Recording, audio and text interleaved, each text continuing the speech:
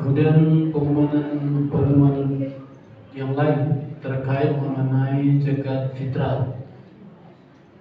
Tak henti-hentinya di sisa 5 hari lagi kurang lebih, di malam terakhir 28 Ramadan, insya Allah kita tutup pada pukul 00 WIB setelah Ba'da Isya sampai pukul 00 kita masih terima zakat fitrah untuk tahun ini. Jadi kami harapkan kepada Bapak, Ibu, saudara-saudara sekalian yang hendak berinfak sudah bisa, untuk berzakat sudah bisa, panitia juga terbentuk. Kalau ada yang mau membayar bisa nanti menghubungi panitia pengumpulan zakat. Jadi mohon dimaklumi, tanggal 28 Ramadan kita terakhir batas. Setelah itu kita tutup, bakal kita distribusikan kepada yang mustahil menerimanya. Ini informasi buat jemaah sekalian terkait malam ini. Kita akan dipimpin imami oleh Ustaz Sabri Ubaidillah. Alhamdulillah tadi beliau telah mengimami kita sholat Isya secara berjamaah, kemudian tarawih. Tapi sebelum tarawih kita dengar tausiah dari beliau tentang manfaat daripada fadilah bulan Ramadan. Kepada Ustaz Sabri Ubaidillah, waktu dan tempat kami persilakan. Assalamualaikum warahmatullahi wabarakatuh.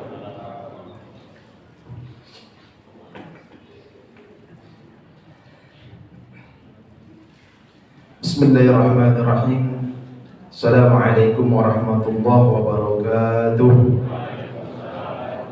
Alhamdulillah wassalatu wassalamu ala Rasulillah wa ala alihi wa azwajihi wa dzurriyyatihi wa mawalah, amma ba'd.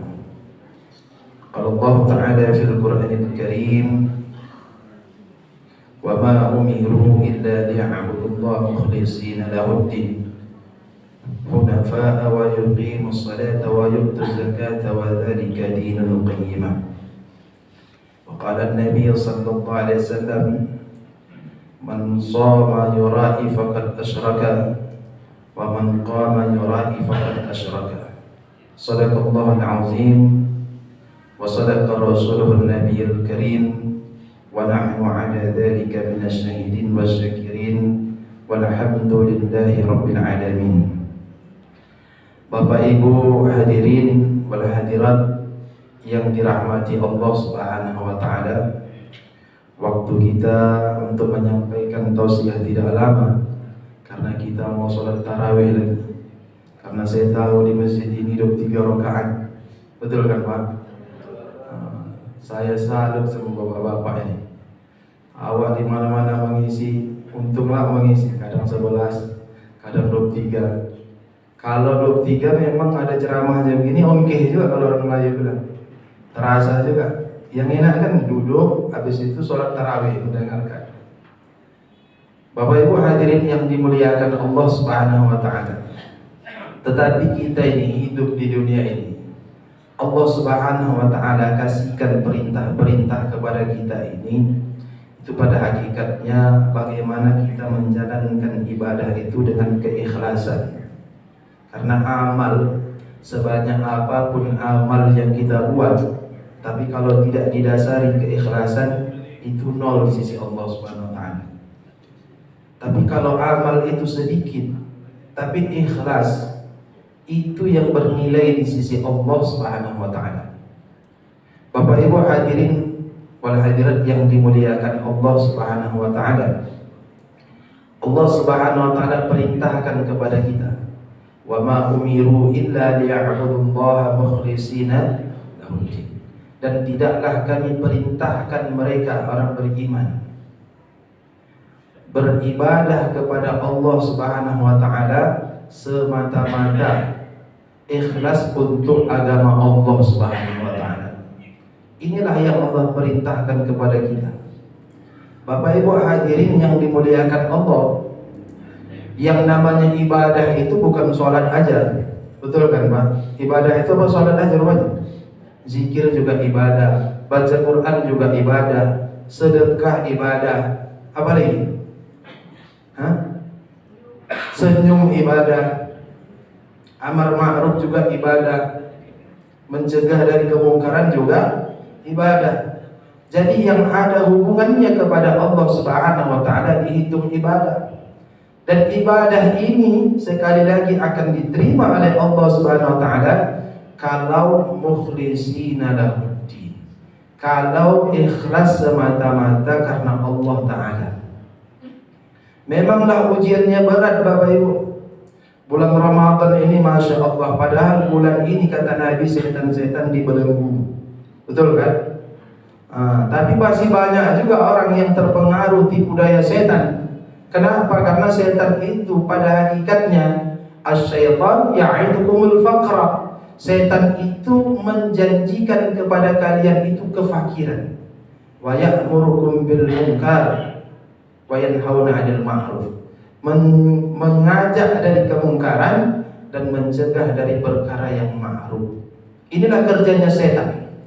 Walaupun setan dikatakan Nabi SAW, tapi udah dititipkannya ilmu-ilmu kesetanan itu. Udah dititipkannya. Maka hari ini orang berapa banyak biasa saja sama dia ketika datang bulan Ramadan. Makanya pertama sekali ketika kita awal mulai menjalankan puasa Ramadan itu nawaitunya yang paling penting. Betul kan, Bu? Nawaitunya. Kalau nawaitunya nggak dibaca, alamat. Maka biasa saja sama dia. Makanya keikhlasan di dalam hati kita ini diuji sama Allah. Sampai kapan nanti berakhir bulan Ramadan makin bertambah taat atau semakin jauh kepada Allah Subhanahu wa taala. Makanya Nabi katakan, celaka orang yang berakhirnya bulan Ramadan tapi dosa-dosanya tidak diampuni Allah Subhanahu wa taala.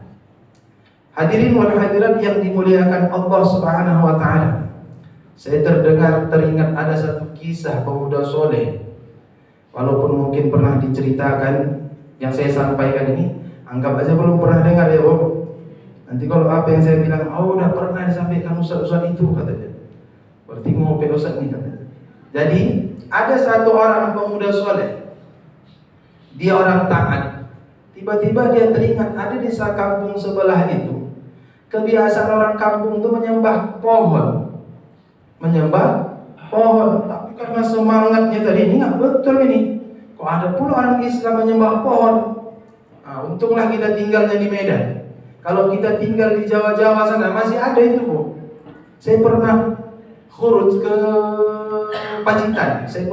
Pacitan. Sholat Jumat orang itu.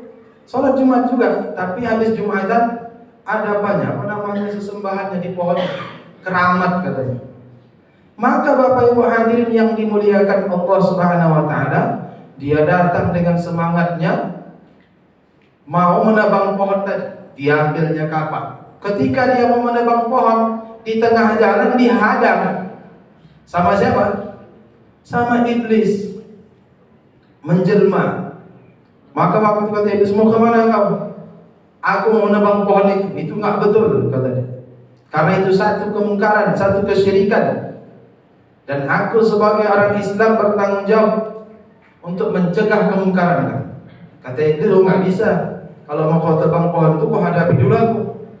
Kalau memang kau menang, aku tebanglah kata dia. Maka berantam begaduh sampai 3 kali dibanting, kalah iblis tadi.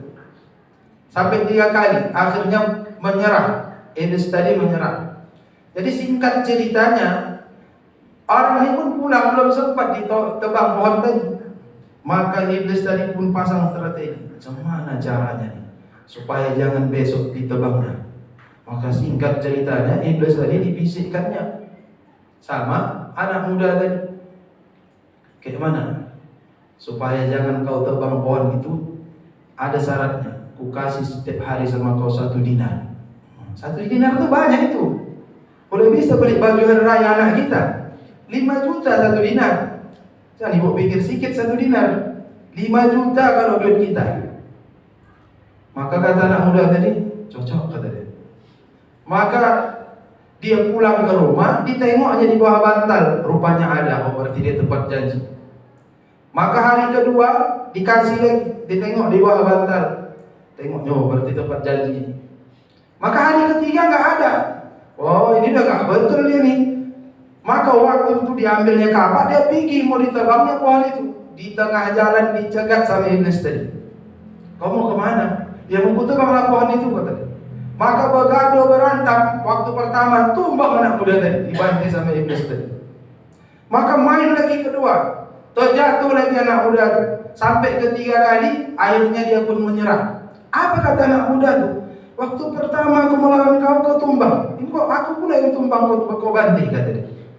Kata iblis, waktu yang pertama kau mau menebang pohon itu karena Allah. Tapi yang kedua ini kau niat menebang pohon karena duit. Dan aku ini diperintahkan Allah Subhanahu wa taala waktu itu ketika aku mengatakan kepada Allah, khalaqtani min tin, khalaqtahu min tin wa khalaqtani minan nar. Kau ciptakan aku dari api sedangkan dia dari tanah. Jelas lebih mulia. Maka Allah murka, tetapi apa kata iblis? Ya Allah, izinkan aku untuk menggoda hamba-hambamu yang lalai. Kata Allah, silakan, kecuali hamba-hambaku yang ikhlas. Orang-orang yang ikhlaslah yang tidak mudah digoyah hatinya. Bapak Ibu hadirin yang dimuliakan Allah Subhanahu wa taala. Maka apapun keadaannya, walaupun kawan kita yang biasa ikut sama kita sholat tarawih tak nampak hari ini, kita jangan terkesan. Kadang-kadang ada kau aja lah kata dia. Datang kita tersuasana, nah, di rumah aja lah sholat tarawih 23 rakaat pula masih ada di kelas tuh. Dah terus terikut. Kalau ada orang sholat, kadang-kadang kan ada begitu. Begitu sholat 23 rakaat, 8 rakaat dia cabut. Ada nggak sini begitu? Hah? Banyak. 8 rakaat dia cabut, niatnya bagus. Lanjutkan di rumah lah kata dia. Di rumah mau dilanjutkan, rupanya nonton TV sampai malam, rupanya tak sampai sholat witir tidak, sholat tarawih pun tidak. Itu apa namanya? Kena tokoh setan. Kalau ada orang kayak gitu, kena tokoh setan. Kalau dia sholat lagi di rumahnya bagus, nggak apa-apa.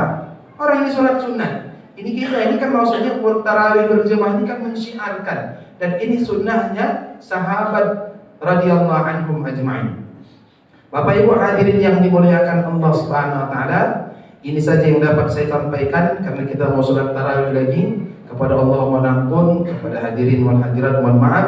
Billahi taufik wal hidayah. Assalamualaikum warahmatullahi wabarakatuh.